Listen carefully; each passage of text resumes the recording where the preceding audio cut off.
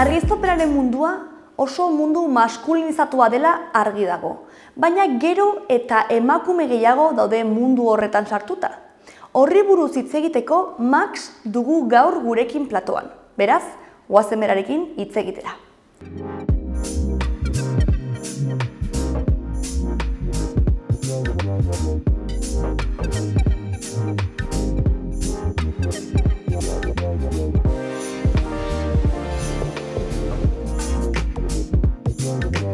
Ongi etorri, Max! Mila esker. Zer modu zaude? Oso, ondo itxaso. Bai? Pixkat urduri, baina pozik. Pixkat urduri, bueno, hitz egin dugu ez, ni ere pixkat urduritzen naizela, baina hori ona dela ez, pres gaudela adierazten du edo, pres gaudela ongi egiteko. Hori da, hemen egoteko. Hori da. Bueno, konta iguzu, ni ezagutzen zaitut, baina azkenean gonbidatu zaitugu ze bizizara edo egiten duzu lan ez argiztapenaren munduan, ez? Eta, bueno, hori pixkat mundu oso maskulino bat da, normalean, eta kristalezko sabaiari buruz eta egingo dugun programa honetan, interesgarria iruditzen zitzaigun zure profila bezalako emakume bat ekartzea, ez? Eta esperientzia hori partekatzeko pixka bat. Bai, orain dela gutxi hasi naizela, baina egia da hasieratik nabaritzen dela gizonezko beteriko eremu bat dela, oso baita erreferenteak ere falta direla, eta orokorrean zu konturatu gabe ez zaude igual ohitutzen zea gizonezkoen artean egoteko edo gizonezkoek beraiek berak dauzkaten jarrerak erreproduzitzeko baita ere, bada eremu hori da, maskulino bat. Eta zer nolako edo nola definituko zenuke zure sektorean dauden kristalezko sabai esanguratsuenak edo argienak? Adibidez, esango nuke Madrilen idaukadan adibidez ezagutzen dudan panorama edo gertatzen da gauza oso berezi bat, eta badauzkaten areto handienak izan ohi direla gizonezkoei zuzenduta. Batez ere, beraiek egin behar baldin badute muntai handiren bat, ikusiko dituzu orokorrean direla gizonezkoek zuzendutako obrak, areto horietan. Eta emakumeak daude pixkate behartuagoak egitera areto txikietan, muntai txikietan. Hau adibidez sorrarazten du, askoz kreatiboagoak izan behar garela, ze azkenean ez duzu espazio berdina, ez?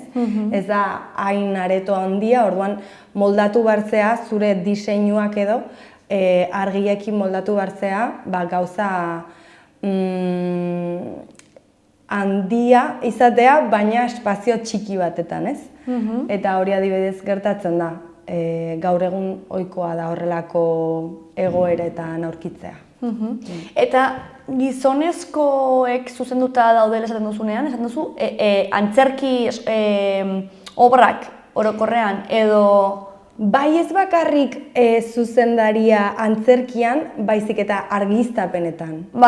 Argiztapenean, responsable edo diseinadore nagusia dena, gizona denean, ohikoagoa da areto handiak izatea, azkenean areto horietan baita ere teknikariak direnak eta gizonezkoak direlako.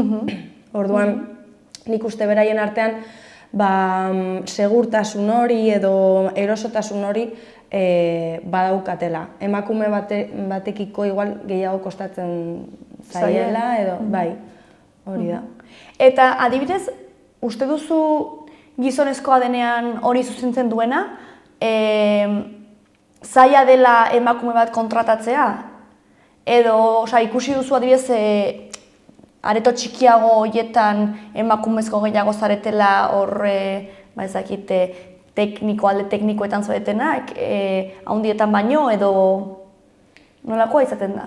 Bai, nik uste aksesibilitate hori errezagoa dela, uste delako emakumea denez aukera ekstra bat eman behar diogu. Zaiola, bai. Bai. ulertzen delako, guazen ea alduen, ez? Pentsamendu horrekin. Ez dago hainbesteko zalantzan jartzen zaie. Bakarrik emakumea izateagatik nik uste badagoela posizio horretan. Orduan, gizonezkoekin nik uste ez dagoela hainbesteko zalantzarik horregatik nik uste ematen dela. Baina ia da ohikoagoa dela emakumeak basala txikiak ematea, emakumeei gizonezkoi baino.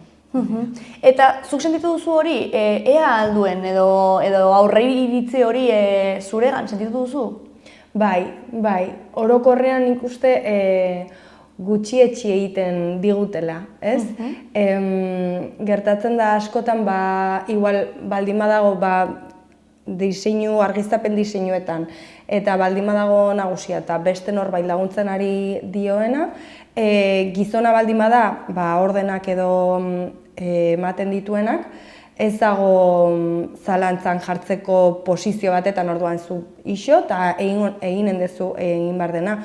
Baina emakume hori, nagusia den emakume hori, igual zalantzan jarriko ezula, edo neu gertatu zait, igual nik egin behar zena esatea, eta gero galdeka erantzutea, ez? Galdezka etortzea, esan ez, baina hau ziro zabe, eta ni pentsatzen, eske ez naiz nire burua zalantzan jarriko. Hau suposatzen da, ongi egin dudala, eta gizonezkoa izango banitz, igual ez zen idake galdetuko. Eta hori diozu igual zure menpe edo zu zerbait zuzentzen zeundenean, edo diozu nagusitik datorrela zalantza hori? Nik uste batez ere ni zuzentzen ari naizenean. Osa, lidergo kargu batean zaudenean? Hori da. Ez dezula espero, ez? Zu egiten ari zarena, suposatzen da, ongi dagoela eta listo. Eta beste norbait zuri gainera etorri dela laguntzera, ez dezu espero horrelako aktitudearekin igual etortzea, ez? Eta sabai horiek edo egoera horiek izan dituzunean, zer egiten duzu, edo ze mekanismo erabiltzen dituzu, horiei aurre egiteko, ez? Bueno, galdera hona bai. Ni neu naiz baita ere, esan bezala, orain dela gutxi baita ere hasi naizelako, saiatzen naizena nagoen posizioan jartzen, eta esan niregan konfiatza dakat, egiten ari naizena ongi dago, eta saiatuko naiz aldudan gehienen entzun, baina aldi berean erantzun, ez? Esan ez, nik hau horrela egin dut, ez dut justifikatu behar, baina jakin ezazu kontuan izan dudala zuk orain zalantzan izaten ari zarena, eta konponbide bat jartzen ari garela edo jantan. Bai, hori da. Asertibitate horrekin. Baina orokorrean gertatu zait adibidez orain izan dela kriston sortea Lasnenasekin lan egitea, eta izan dugu prestakuntza Bilabako kulturetxean, eta goratzen naiz, zegoela akronikaren gizonezkoa edo laguntzaileak bazirela baita ere gizonak, ez? Gizoneko zirkulo batetan, eta ni hortxe... Zuzendari. Hori da, ni pixka nengoen hor laguntzen, ez nengoen zuzendatzen zegoen beste lankide bat, ez zela ez da ere emakumea. Baina gogoratzen dut adibidez, bera hurbiltzea, gizonezko bat hurbiltzea, eta esan ez, zu emakumea izateagatik, borrokatu behar izan duzu pilo bat, ez? Konstiente zen behintzat, ez? Ez da ohikoa ez da ere, ez? Haiek izatea hausnarketa hori. Hasieratik hori da. Eta eskertu nun pilo bat, momentuan pixkat harrapatu ninduen, ez nuen espero, eta erantzun nionean esan ez, egia da, esfortzu asko egin behar izan dudala, eta gauratzen dut, nire atzean entzuten zirkulu berdinean komentarioak esan ez, baina ni baita ere esfortzatu behar izan naiz, eta ni baita ere zaila izan dut, eta hasieratik egia da pila bat, eta ni pentsatzen, baina ez da esfortzu berdina, ez? Claro. Esfortzua guztiok egiten dugu, ez? Azkenean lanbide bat izateko eta ikerketak egiteko eta... Baina, karo, hori, gauza bat da, egiten dugun esfortzua, ez guztiak egiten dugu, baina baita ere ditugun privilegioak, ez? Osea, emakume beltz batek ni baino zailagoa izango du, fijo. Osea, esfortzua, bai nik ere egin dut esfortzua, baina berak esfortzu bikoitza egin behar du, ze zailagoa izango du mundu honetan, ez? Hori da. Claro, osea, bat konstiente zen gainontzeko guztiak pixkat behartzuten konstientzia gehiago, Klik egin, hori da.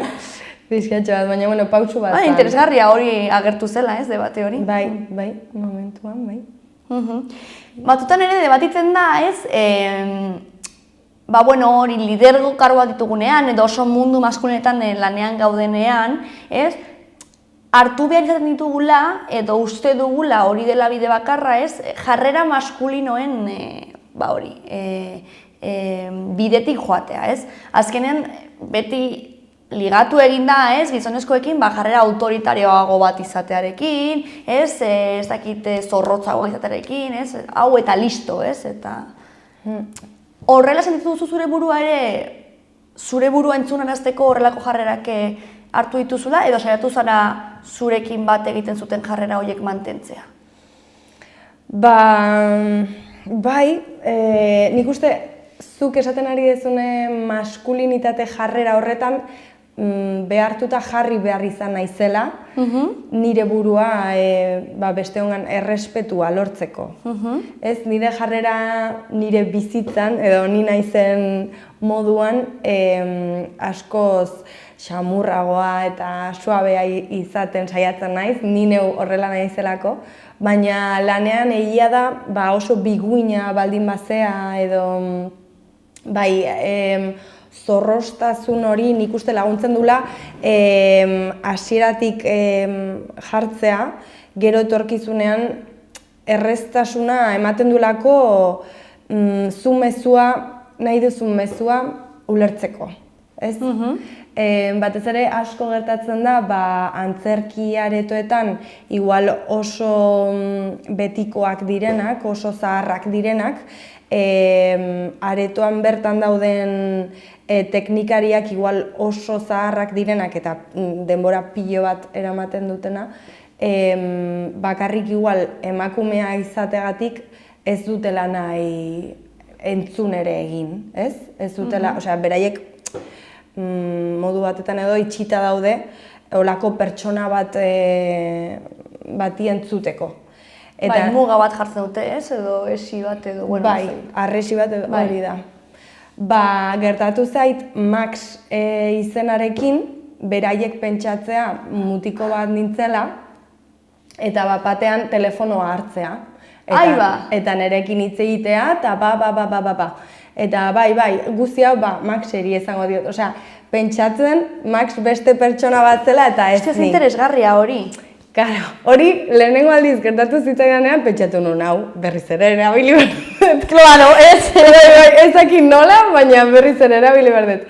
Orduan, egia da, beraiei baitare nabaritzen zaiela bere ezakit edo jarreran edo komunikatzeko moduan ezakitenean emakume bat dela. Eta gainera pentsatzen dutela gizonezko batea. Azkenean, orduntza denean bezala, ez? Beti pentsatzen dute gizonezko bate izan behar duzula hor barruan, ez? Ez balduzu sexua batzutan geratzen da, ez?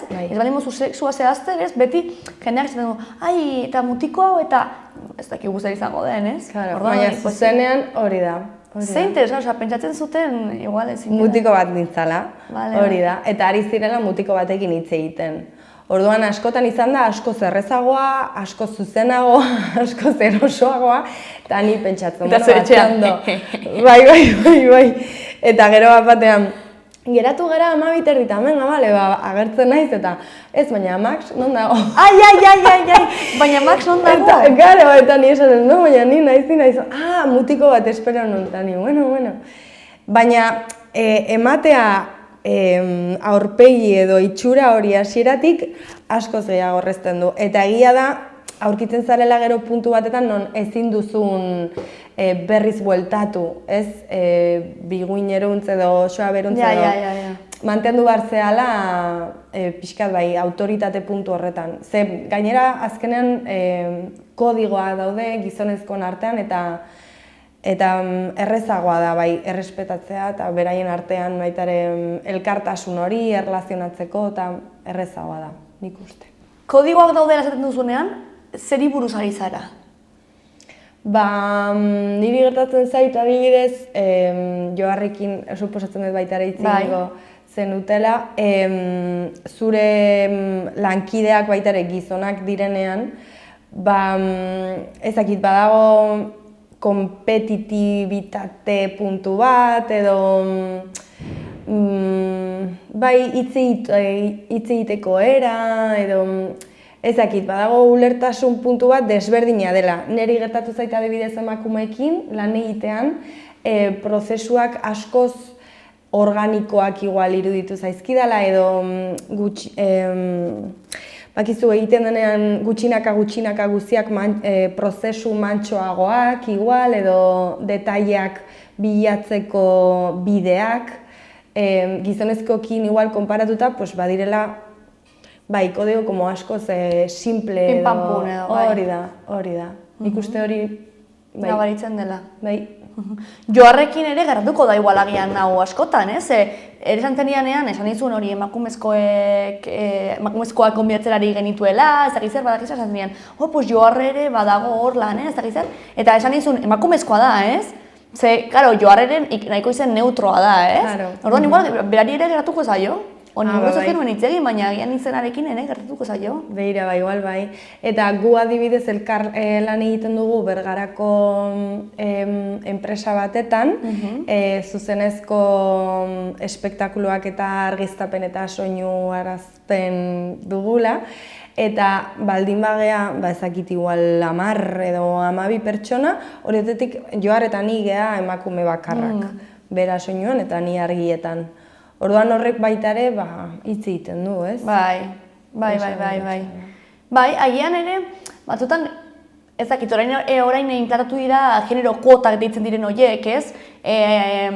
Behartzen dituztela, ezakit, enpresa edo handiak, hori kopuru berdina izatera, ez? Emakume eta gizon kopuru berdina izatera, ez?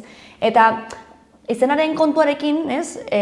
Oroitu naiz, baudela ere herrialde batzuk, zeinetan zu kurrikuluma eta bidaltzerakoan ez duzu argazkia jartzen. Hemen nik uste Espainian oraindik jartzen dela, ez, irudia, ez? Baina azkenean hori, ez, adibidez, izen neutro batekin eta irudi gabe, hor bai ez dagoela prejuizio handirik, ez? Igual aukeraketa hori egiterakoan, ez? Eta igual horrelakoak ere inplantatu beharko ziren, ez?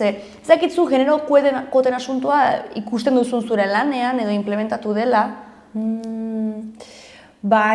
Ez dut hainbeste ikusi, nik uste geroz eta gehiago, geroz eta emakume gehiago daudela, batez ere betidanik esango nuke adibidez erregiduria arloan badagoela horrela zuzenpen edo nagusiak diren lanpostuetan egia da batzutan emakumezkoak daudela eta argiztapenetan geroz eta emakume gehiago daudela. Baina bai ikusi dudala, badagola apoio edo nahi dutenak pixkat inpultsatu emakumeak diren lanbide hauek edo gizonezkoak ziren lanpostu hauek emakumeentzako apoio hau edo inpultso hau ematea, adibidez proiektu femeninoetan, ez? Ni adibidez Las Nenasen bat mutikoa da, baina proiektu nagusia emakumeak direla, badaude teknikari, kulturteknikari pila bat, nahi dutela, zuekin, ez? Atope edo beste noen baiten, hori bai ikusten dudala geroz eta gehiago animatzen dela. Emakumezko proiektu hauei impulso hori ematea, hori bai ikusi dela. Geroz eta gehiago. Hitz egiten den igual diskriminazio positibo hau, ez? Bai. Hau da, ematea hori babes gehiago edo emakumezkoen proiektuei, pixka bat oreka hori lortu ahal izateko, ez? Hori da, hori bai ikusten dela. Uste duzu hori dela zuk egiten duzun eremua badelako pixka bat baita ere nahiko ez dakit esan progresista edo ez dakit nola deitu, ez? Baina azkenean antzerkiaren mundua, ez? Eta bada nahiko, bueno, beti gaude emozioekin, ez? Azkenean elkarrekin hitz egiten, ez? Nahiko talde lanean aritzen, ez? Esango nuke bai nahiko progresista garela, ez? Edo orokorrean, ez? Kultura eremutan edo gehiemat antzerki mundutan lan egiten dugunok, ez? Uste duzu horregatik dela, eske adibidez beste batzuekin hitz egin dut eta adibidez kontzertuak edo festival handiak sortzen dituzten antolatzaileaz edo antolakuntzako kideak adibidez igual ez direla hain talde lanekoa, baizik eta pertsona bat jartzen duena dirua eta listo. Ikusten da igual ez daudela hainbeste emakumezkoen taldeak, ez? Orduan, uste duzu zure arloagatik dela? Izan daiteke, baita ere kontzertutan igual fisikoagoa da. Igual baita ere, ez? Materialak eta soinu tresnak, iruditzen zaizkit pixkat fisikoagoa iruditzen zait. Antzerkian gertatzen dena geroz eta gehiago, ez? Modernizatu dela eta teknikoki baliabide geroz eta motorizatuagoak daude, ezakit. Iruditzen zait errezagoa igual edonorrentzako, ez? Izan daiteke, hori alde batetik igual pixkat errezagoa izatea, edonor sartzeko. Baina ez uste, gero badaude mastodontes, ez? Figura erraldoia direnak gizonezkoak antzerkian, eta hor geratuko dira beti, ez? Ezakit. Antzerkia pixkat izan daiteke prozesuak eta igual emakumearekiko erlazionatuagoak izatea. Baina ezakit zehazki, ezakit zehazki izatik gauza bat eta bestea. Iruditzen zait igual hori, fisikoagatik izan daitekela. Diozu fisiko, kargatzeko materialagatik. Bai, zehazki. Kontzertuetan eta askoz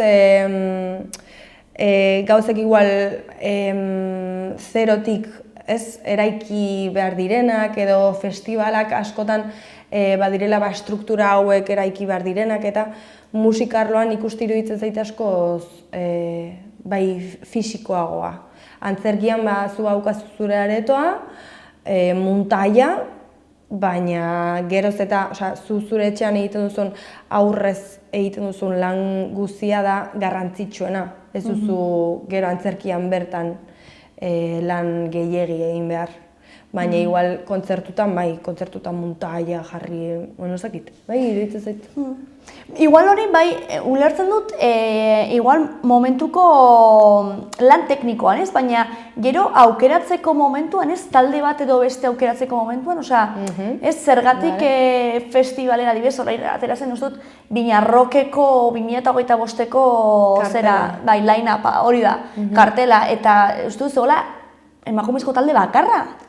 Bai, eta hori, esan duzuna leheno, ez? Igual programatzaile gehiago ari direla hori, igual diskriminazio positiboago bat egiten emakumezkoen proiektuekin antzerki munduan izan daitekela. Ez dago ziur, nire zalantzak ditut, baina hori gero gauza hundietan, ez?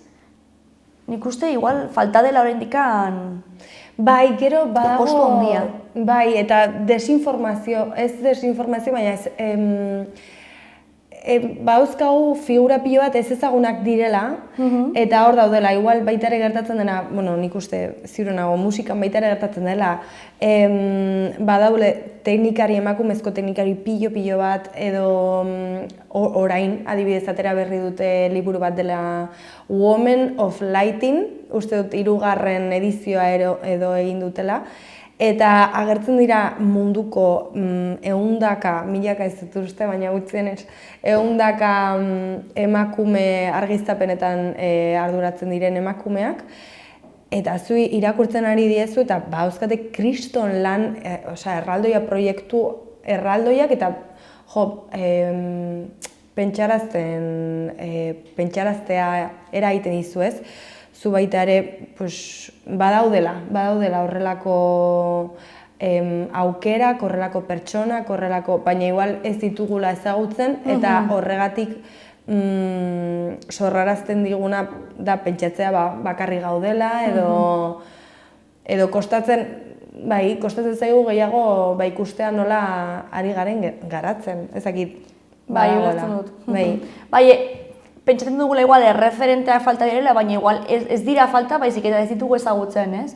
Historian bezala, ez? Beti nik uste ikasi dugunok eskolan edo unibertsitatean edo ez, hitz egiten gaituzte askotan ezakit historiako figura handiei buruz edo bakoitzak ikasten duenaren figura handiei buruz eta gehienengoa gizonak dira, ez?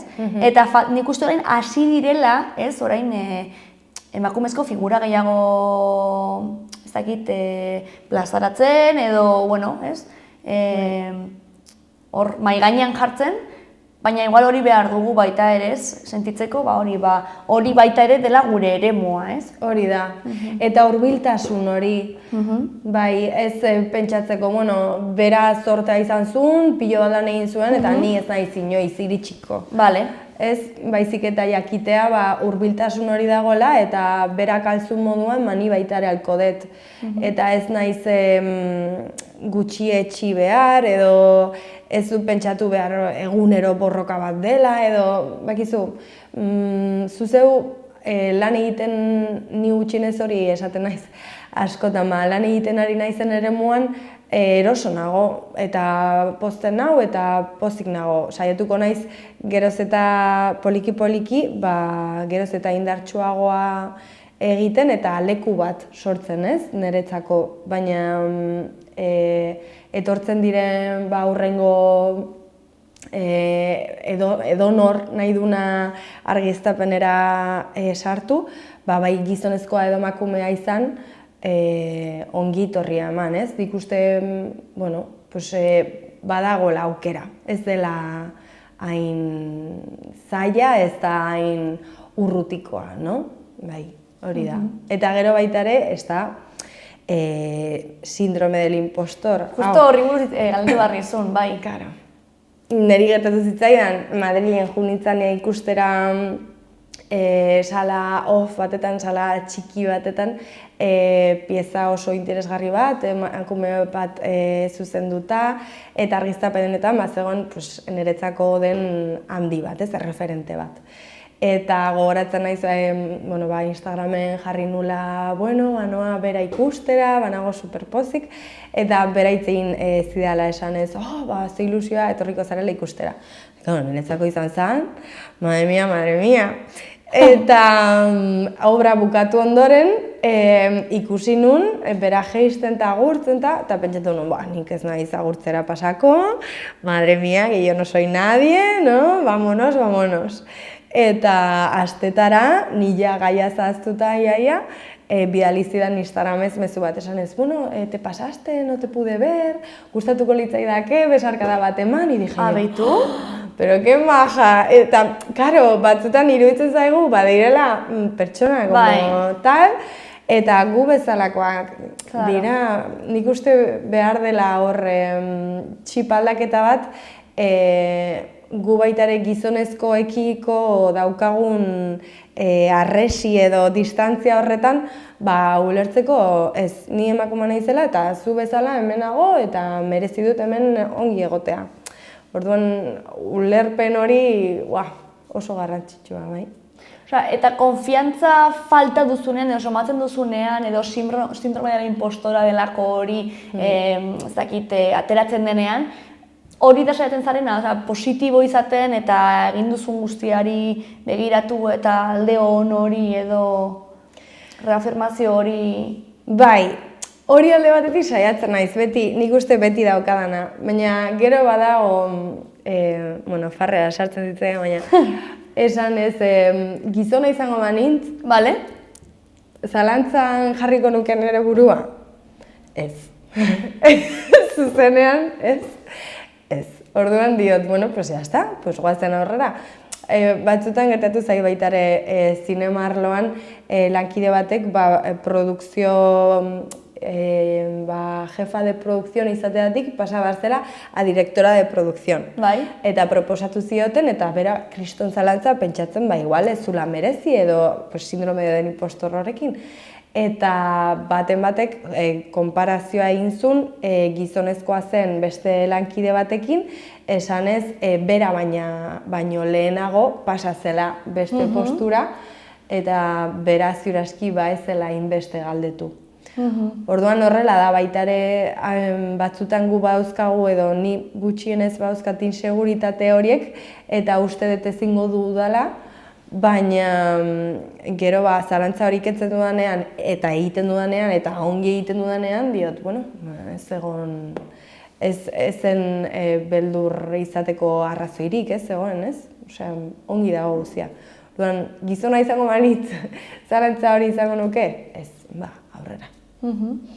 Eta, gu gazteak gara, ez? Baina azkenean baita ere, 30 urte inguru ditugu, ez? Eta batzutan ere, elkarrizketa hauetan atera da familiaren lehentasuna edo amatasunaren gaia, eta zuk uste lidergo postuak hartzea batzutan kusaren zaigula etxeko edo familia edo oiei lehentasuna ematen diogulako? Edo zergatik? Osea, zergatik lider postu hauek kostatzen zaigun? Bai, zergatik batzutan hori aukera ematen digutenean, ez? Askotan ez diguten aukerarik ematen. Baina batzutan ematen digutenean aukera hori, esaten duzu moduan, ez? Buelta asko ematen diogu asuntoari. Izan daiteke sindrome dela impostora horrengatik, ez? Azkenean ez ditugulako referente asko, edo kusantza digulako. Eta elkarrizketetan ere atera da gaia amatasunarena, baita familiaren arloari edo etxeko zaintzari edo lehentasun gehiago ematen diogulako, agian kusaren zaigula lidergo postu horiek hartzea. Ezkeren, lidergo postuak hartzen dituzunean, denbora gutxiago duzu, gainontzeko guztirako hori argi dago. Claro, bai. Zure ustez ala da, edo zuri gerrentzaizu, edo ezakite igual, ezakita ama izan edizun, edo ez, baina zuk uste horrek eragina izaten duela? Izan daiteke, nire eremuan edo bizi direnak, batez ere emakumeak ez ditut ezagutzen momentuz baten bat, igual ama dena. Baina ama baldin bada, nik uste dagokiola beste bikoteari edo beste pertsonari aurri ardura hartzea eta ze egia da, hori da, ezin dezula igual bi gauzak batera egin edo oso zaila dela. Eta gero, esango nizuke, nik uste amatasuna eragiten dula ama izan nahi duen horri. Baina badaude pila batez ere gizonezkotan nik ikusten dut aurrak eta izan dituztenak, eta partekatzen dute edo egiten dute, lortzen dute funtzionatzea. Bai. Gizonezkoak diozu. Gizonezkoak. Eta emakumezkoak? Gara, ja. Ez que adibidez, Joarrekin hizketan, berak esaten zuen, ez? Beste, teknikari bat da, ez? Bera soinuan, ez? Baina esaten zuen, ez? Ni orain ama izango banintz, ez dut ama izan nahi, baina ama izango banintz, ez? Emakume bezala, ez dakit ahalko nuken uda osoa pasa, ze ezingo nuken ere seme edo alabarekin egon. Ni, baina badaude gizonak nire industria beran egiten dutela hori, eta ez zaie hori aita txar baten moduan ikusten edo, ez? Orduan, movida hori baita da, igual askotan ez dugu planteatzen ez, baina ni askotan pentsatzen dut. Ni orain noma ez dut izan nahi, eta ez dakit izango nahi zen, baina ez dut interesa handirik. Baina pentsatzen dut, ostras, alko nuke nire lan berdina dekin jarraitu? Zer, ni adibidez, ni konstiente naiz, etxeko gauzak bigarren plano batean jartzen ditu dela. Osa, ni nahiago dut, etxea zikin, baina, desornatuagoa euki, baina, laneko movida ezberdinetan sartu. Horrek ematen didalako, nik nahi dudana, ez, edo. Baina, ez dakit. Bai, nik uste ez dela kompatiblea. Ez da, gure gure lan eremuan edo badirelako 1000 ordu, gero baita ere askotan bazoaz beste toki batetara, beste toki horietatik nor daki noiz bueltatuko zaren, oso inestablea da. Orduan oso zaila da hori konpaginatzea haur batekin. Orduan nik uste beharrezkoa dena kasu horietan da beste pertsona bat izatea haur hori zaintzeko. Baina noski hori da egia da zuk esan dezuna. Gizonezkoek egiten badute ez gertatzen, emakumeek egiten badute igual ama txar bat da. Esango nuke ez egiten ari dena, alduena, familia aurrera ateratzeko. Baina egia da gizonezkoek egiten dutenean, ni suposatzen dut baita ere igual ni neu egin dudan ariketa bat dela, baina lan eremu hauetan badagoela, nola esan nezake, ohitura edo familia klasikoaz ateratzen den jarrera edo tendentzia. Osea, ezin dezu izan, ezakite, gurasoak biak irakasleak eta etxera iritsi eta bakizu formalak direnak. Hori ez da gertatzen. Osea, bai ala bai nik uste sortzen dela familia egitura oso desberdin bat. Orduan hori baita ere eramaten du aurraren azitzea desberdina izatea. Ez du esan nahi txarra denik, baina gutxienez inestabilitate horretan, ez? Eta zuk uste orain datozen generazioak eta, nik uste gure generazioa ere osartzen dela, ari direla familia ereduak ere aldatzen?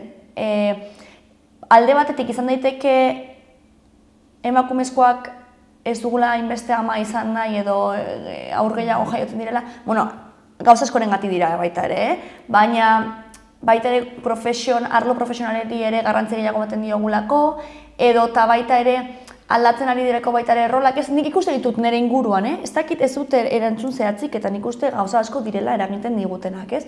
Baina adibidez ezagutzen ditut pikotea, gizonezkoa dena etxean langan bezidan dagoena eta etxean dagoena eta etxeko gauzak egiten dituena eta emakumezkoa dena lanera joaten dena eta soldata edo ekartzen duena etxera. Ezagutzen ditut, ez? Osea, ikuste dituz horrelakoak, uste duzu aldatzen ari dela? Bai, guztiz. Badaude baita ere, igual bikoteak aurri gabe bakoitza bere etxean bizi dena baita ere eta bere bizi modua daukana independentea, badaude baita ere aurrak dituztela eta jarraitzen dutela beraien hobiak edo beraien lanetik gain musikara dedikatzen direnak edo ez dutela uzten, ez, beraiei poz egiten dien hori, edo badaudela baita ere, zu esan bezala, familia eredu hori, gizonezkoa izatea etxean geratzen dena, eta bai, gertatzen ari dira, familia eredu transformazio hori nik uste beharrezkoa delako, eta baita sartzen baldin badea hor, ezakit sartu nahi dugu, baina alokairuen asuntoa. Horregatik esaten duen, mobila asko dira, klaro, etxe bizitza bat erostea oso zaila dago, alokairua oso garesti dago, orduan, horregatik nioen, ez da gauza bakarra, gauza asko dira, ez? Baina bai.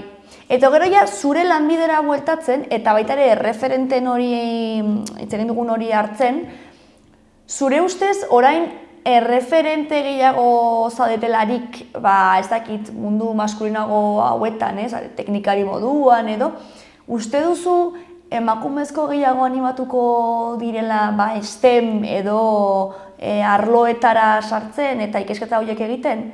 Ze ez dakit zu hasi zinenean zenbat emakume zeundeten klasean?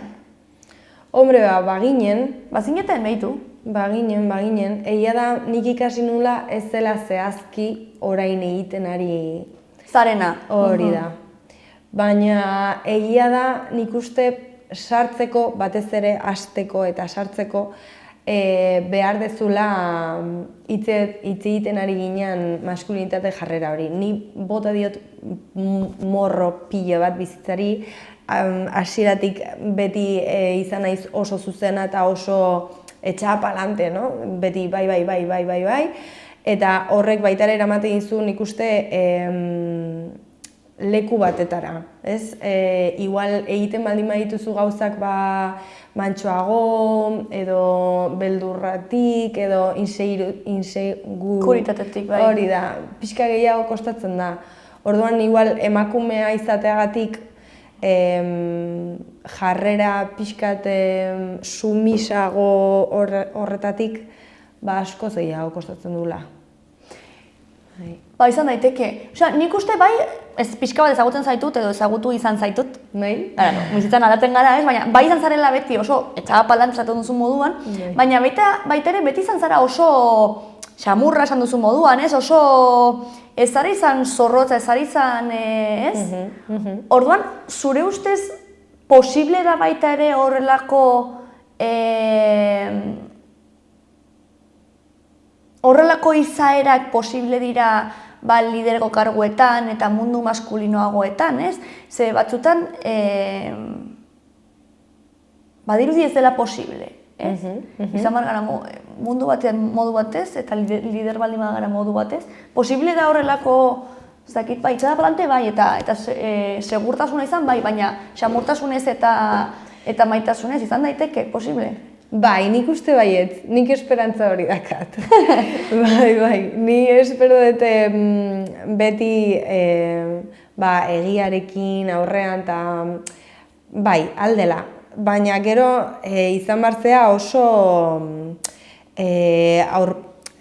igual ez da zorrotza hitza, baina bai izatea firme, ez? Izatea segurtasun hori. Eta hortik aurrera hori baldin badaukazu nik uste asko lortu daitekela. Bai, nik uste baietz. Bai.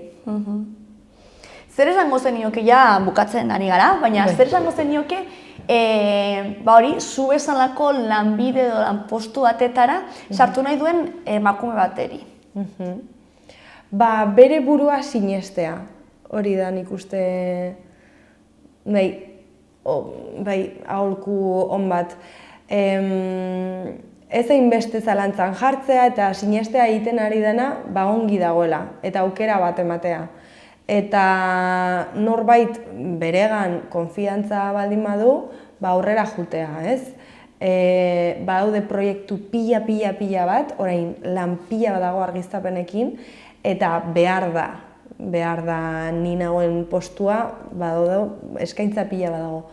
Orduan, hasten baldin batzea proiektu txiki bat bada ere, hastea, sinestea eta ez egotea itxoiten.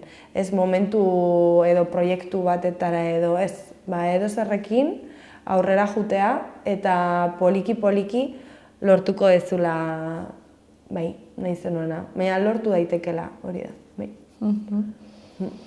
Mila esker, Max. Zuri mila esker itxaso. Plazera handi bat izan da zuen izatea. Zure anekdota guztiak baita entzutea. Bai. Eta, sorte hon proiektu guztietan. Eta ikusiko dugu elkar ziur nago. Mila esker.